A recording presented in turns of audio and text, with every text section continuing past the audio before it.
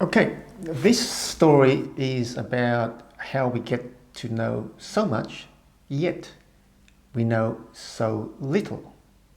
So this is a lesson on causation and correlation. So what is causation and correlation?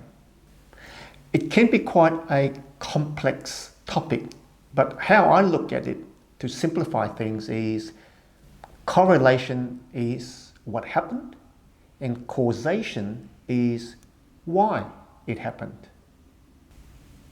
We repair a lot of leaking roofs, and how we go about it is using correlation.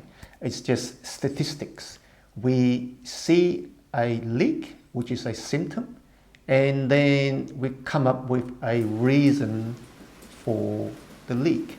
And that reason comes from pattern recognition, because over the years we've realized that certain situations would cause certain events to happen. So when there's a leak, there are common causes for that particular leak. So by a process of recognizing patterns, we can then link the patterns to the event and go, this is what we think is happening and this is what we should do to solve the problem.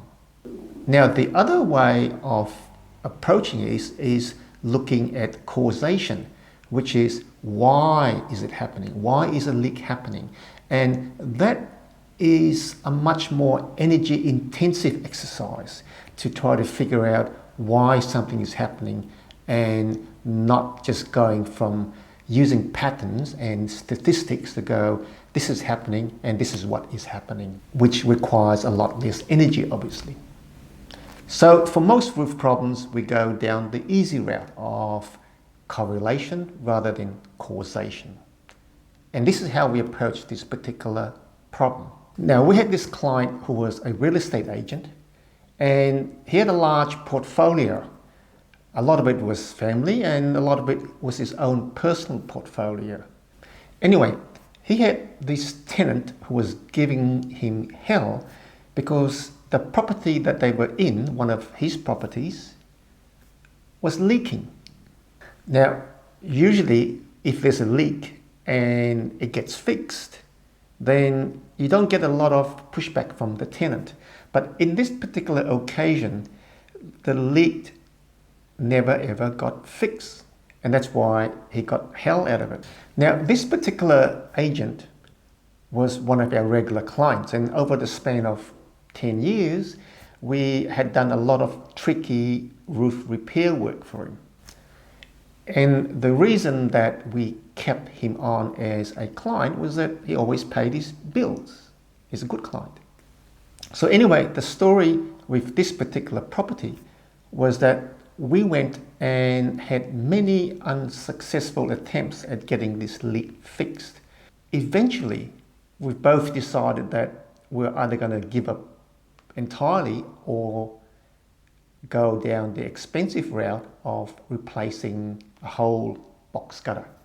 So eventually we went back, pulled the box gutter out and put in a brand new box gutter. And in doing so, we found the actual real cause of the leak. So we got the leak fixed for good, and we sent our client our invoice. And we got ghosted. There were no replies to our communications, emails were sent, no replies, no payment, and we never ever got paid for all the work that we did on his roof. So what happened? Well, the situation was this. There was this 2-story roof, had a trim deck metal roof on it, had a box gutter, and had a parapet wall right adjacent to the box gutter. So naturally, the first thing we did was, the leak was under the box gutter in that zone. We looked at the box gutter, a lot of dirt in it. We cleaned all the dirt out. Maybe it could have been blockage. So cleaned it all out and we said it was just a blockage problem. It rained, agent called up, it's still leaking, mate. All right, so went back, obviously the box gutter was clean. The next culprit was probably the parapet wall. Looked at all the flashings along the parapet wall. There could have been whip leakage along all the flashings, so we fixed all the flashings along the parapet wall, had a look elsewhere, looked clean, and we said, that's it, it should be good now. Guess what? When it rained, another call. Still leaking, mate. Went back, not the box gutter, not the parapet wall, must be the roof. So we peeled the roof off, trim deck roof, maybe leaking at the laps adjacent to the box gutter. And there were signs that there was water leakage there. So we repaired that, put the roof back on, and waited for the next rain. And after the next rain, still leaking. So at this point, you're kind of running out of ideas. So we went into the ceiling cavity, and what we actually found was that the leak was coming in from a redundant outlet from the box gutter. Now, why a redundant outlet? It was because that there was actually two box gutters. There was an old box gutter, which was obviously something wrong with it. So they put a new box gutter on top of the old box gutter and just left the old box gutter there with the redundant outlet. And somehow water was getting in between the new and the old box gutter, tracking along the old box gutter till it found the outlet, and that's where the water was dripping, at the outlet. So we went, all right, obviously the leaking is coming along the box gutter, but we don't know how the water is getting in between the two layers. So back up on the roof, have another look, clean the box gutter again, and we did find that there was a hole in the aluminium box gutter. And what happened was that aluminium moves a lot, and because it was sliding on top of the old box gutter, which had a sharp edge on it, it wore a hole in the aluminium box gutter. And the water was obviously going through the hole, through the two layers, and coming in at the redundant nozzle. So we repaired the hole, and we found it this time. Guess what? When it rained again, it had the same call. No, mate, it's still leaking. And at this point, we've gone, and we went, there's really only one final solution. We need to take the whole box gutter out and put a new box gutter in. And in doing so, we can then find out exactly what the cause of the leak is. So we're looking at the causation and not the correlation. We told the agent, this is what we're going to do.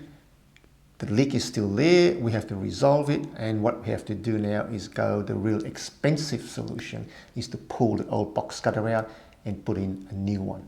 And then in doing so, we can be sure that we can eliminate the leak altogether.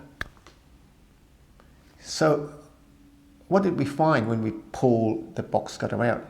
Well, there was another hole which was a long way from where the actual leak was happening.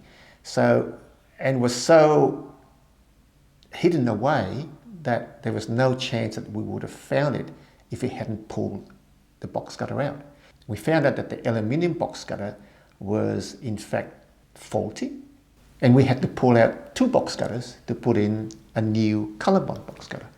So job was done, and we went to the agent and we said, we're now sure that you won't get any leaks. But let us know after it rains whether you've still got a problem. So after the next storm, no phone calls. So we went, obviously, we fixed the problem. So we sent our guy the invoice. And we got ghosted. And I'm kind of thinking, I hope he's okay, because he's been a long time client, and over the last 10 or so years, he's always paid us. So we've obviously solved a really difficult problem for him. So if we kind of hang on long enough, he'll eventually come back to us and pay us. So we are that confident. So that's the correlation. We've got the data, we've got the statistics to prove that he will eventually pay. Now, after 2 years, still nothing.